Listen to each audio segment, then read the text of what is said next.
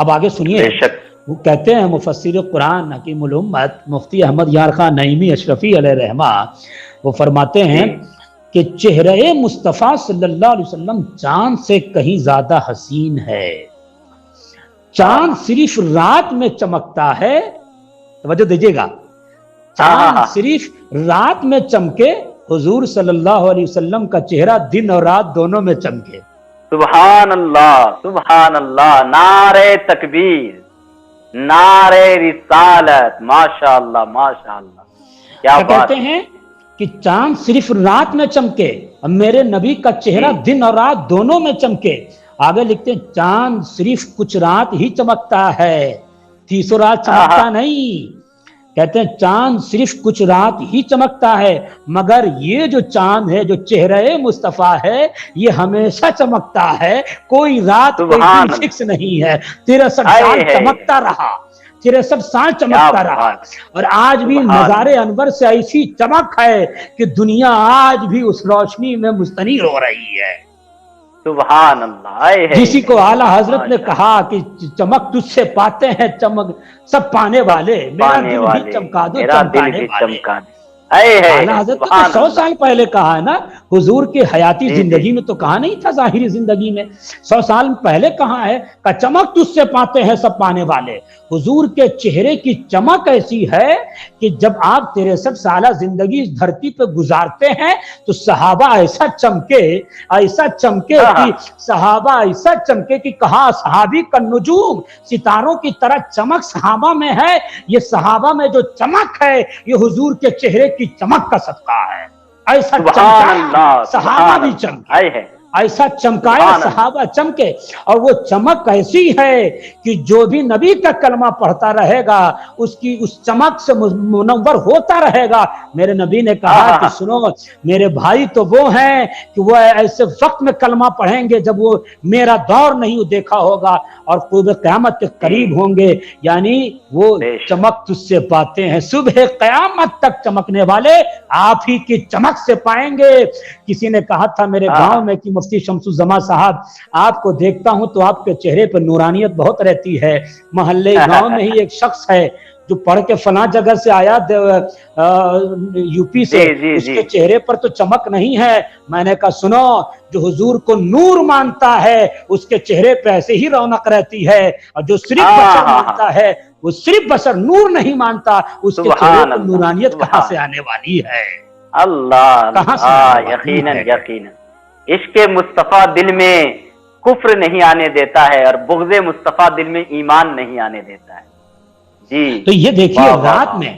کچھ رات چمکے چاند، مگر میرے نبی ایسے چاند ہیں کہ صرف کچھ رات نہیں، کچھ دن نہیں، ہر دن چمکیں، ہر رات چمکیں، صبح قیامت تک چمک، اور حشر میں ایسی چمک ہوگی کہ ہر نبی کے پاس لوگ جائیں گے مگر سب یہی کہیں گے اذهبوا الی غیری، میرے نبی کی چمک ایسی ہوگی، کہیں گے آ لواء الحمد کے نیچے آ، حوض کوثر کے پاس آ، انا لہا کہیں گے، اور پھر اس چمک سے لوگ جنت میں چلے جائیں گے۔ جو چمک والے مانتے ہیں وہ اسی چمک کے ساتھ جنت میں جائیں گے۔ میں اس موضوع پہ چاہوں تو مفتی صاحب، ارشاد صاحب، آپ کی برکت سے ایک لمبی تقریر ہو سکتی ہے لیکن مختصر کرتے ہوئے کہ ایک رات چمکے، فرماتے ہیں کہ چاند، توجہ رہے، چاند صرف جسموں کو چمکاتا ہے، چاند صرف جب طلوع ہوتا ہے تو جسم کو چمکاتا ہے، میرے نبی ایسے چاند ہیں کہ دلوں کو بھی چمکاتے ہیں، ایسے چاند ہیں کہ دلوں کو بھی چمکاتے ہیں۔ کفر کی تاریکی میں تھے حضرت ابو بکر، حضرت عمر معذاللہ، حضرت عمر فاروق رضی اللہ تعالیٰ عنہ، مگر حضرت عمر کے دل کو ایسا چمکایا حضرت عمر کو کہ عالم یہ ہوا کہ عمر تم جنتی ہو اور خلیفہ دوم ہو گئے، ایسا چمکایا کہ عمر ابو بکر صداقت میں ممتاز ہوئے، حضور ایسے چاند ہیں، ایسی چمکایا کہ عمر فاروق عدالت میں ممتاز ہو گئے، حضرت عثمان غنی صحابت میں ممتاز ہوئے، علی مولا شجاعت میں ممتاز ہوئے، حضرت صحابہ کرام کو ایسا چمکایا کہ کہہ دیا اصحابی کالنجوم، اہل بیت کو ایسا چمکایا، کہا سن حسین منی وانا من الحسین، علی مجھ سے ہے میں حسین سے ہوں، فاطمہ مجھ سے ہے اور فاطمہ میرے جسم کا ٹکڑا ہے، اور کہا سن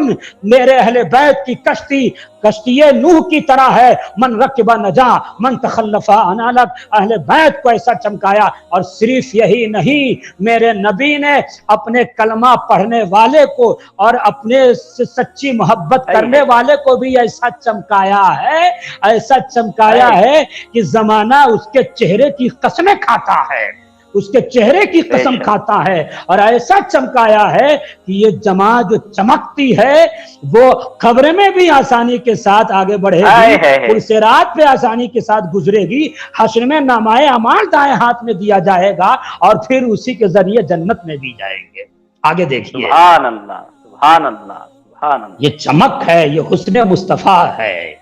اور کہتے ہیں چاند تو صرف جسم کو چمکاتا ہے، میرے نبی تو چاند ایسے ہیں کہ روح کو بھی چمکاتے ہیں، دلوں پر بھی یہ چاند کا اثر ہوتا ہے۔ اور آگے کہتے ہیں سنیے، چاند نور ابدان، چاند کا جو نور ہے